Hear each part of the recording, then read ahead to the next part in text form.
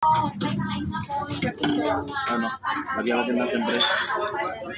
Sibuyas. Kita kayo, kuya?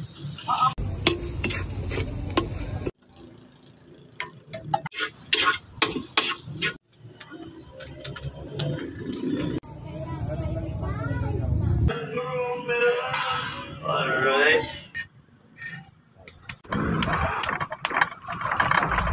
Parang iba tingnan niya idol dito ya. Kalsiro.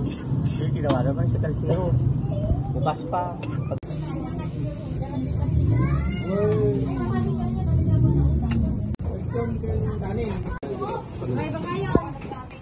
Unipansik na ni guys.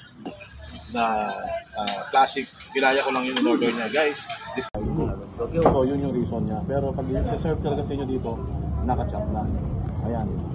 Kung gusto nyo tikman ito, ang lapit lang guys. Nandito lang sila sa harapan. Kinamalin, alsa bitar.